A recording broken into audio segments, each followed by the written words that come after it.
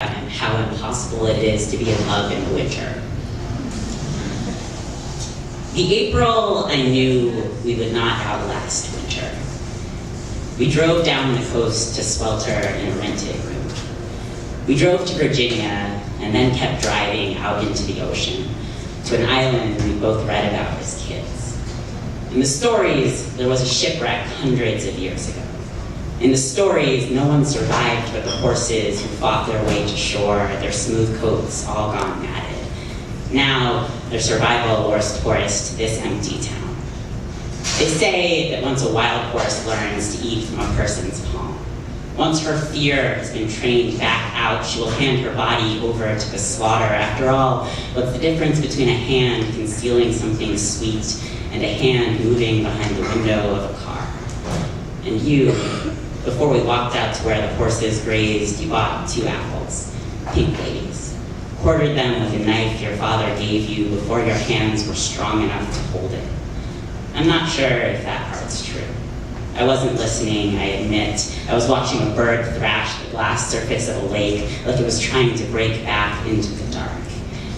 I forgot about that island until years later, riding home alone underneath the bay, then breaking through to an ink-black sky. Something panicked in my chest, and I cried for hours, missed my stop on purpose, lunatic grinning from between my wet fingers. Winter is the season of wanting everyone to look at me, to watch me stand and shake the flies from my back, then watch me leave without language or reason. Each year, I think I will finally outgrow youth's obligatory madness. Swear I will never fall in love again with a hand that always gives me what I ask for, but there's someone on fire in the attic.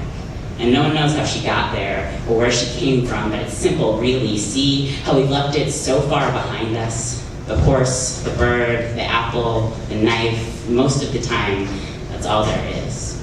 We leave, eat a nice dinner, go back to the hotel room and fuck, simple, but then the image breaks.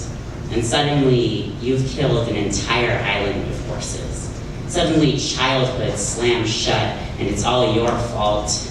I was sprawled in the kitchen, the animals moving through the blood in my hands. I held them out to you like fruit. I think they were beautiful.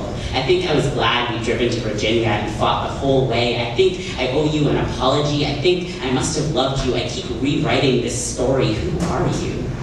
A bird, or a boy, or an image of a boy with frantic wings, trying to outrun my changing weather.